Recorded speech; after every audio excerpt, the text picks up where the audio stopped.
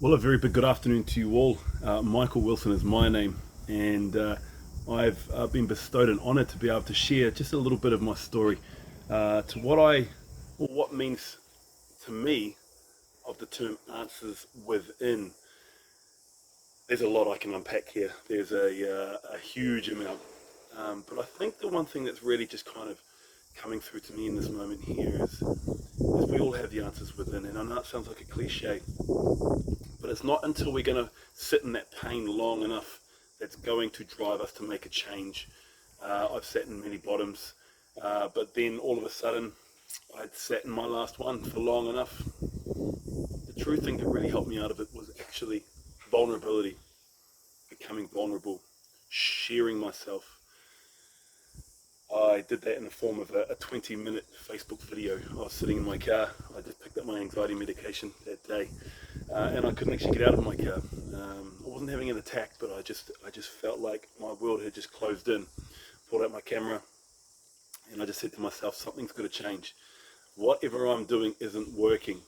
So I made this video, and the video was going to be for me to reflect on at a later time. And then I made it, and what I did was thought, do you know what? Fuck it. What's the worst that can happen? And I put it up.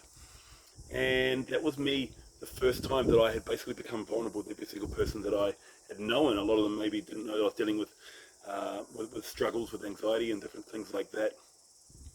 And then moving forward a few months, I put myself onto this 100-day challenge where I publicly every day put up a post, and I was no drinking and training for 100 days. I just simplified my life. I just wanted two things to focus on for 100 days, got through that, and then my world started to open up. I got into breath work, plant medicine found me, and all the beauty of life. And my answers, well, they came from right here, both of these. And ever since then, I've been really tuning into leading with my heart, leading with my gut, and making the mind follow. Over my whole life, my mind has been following with my heart following.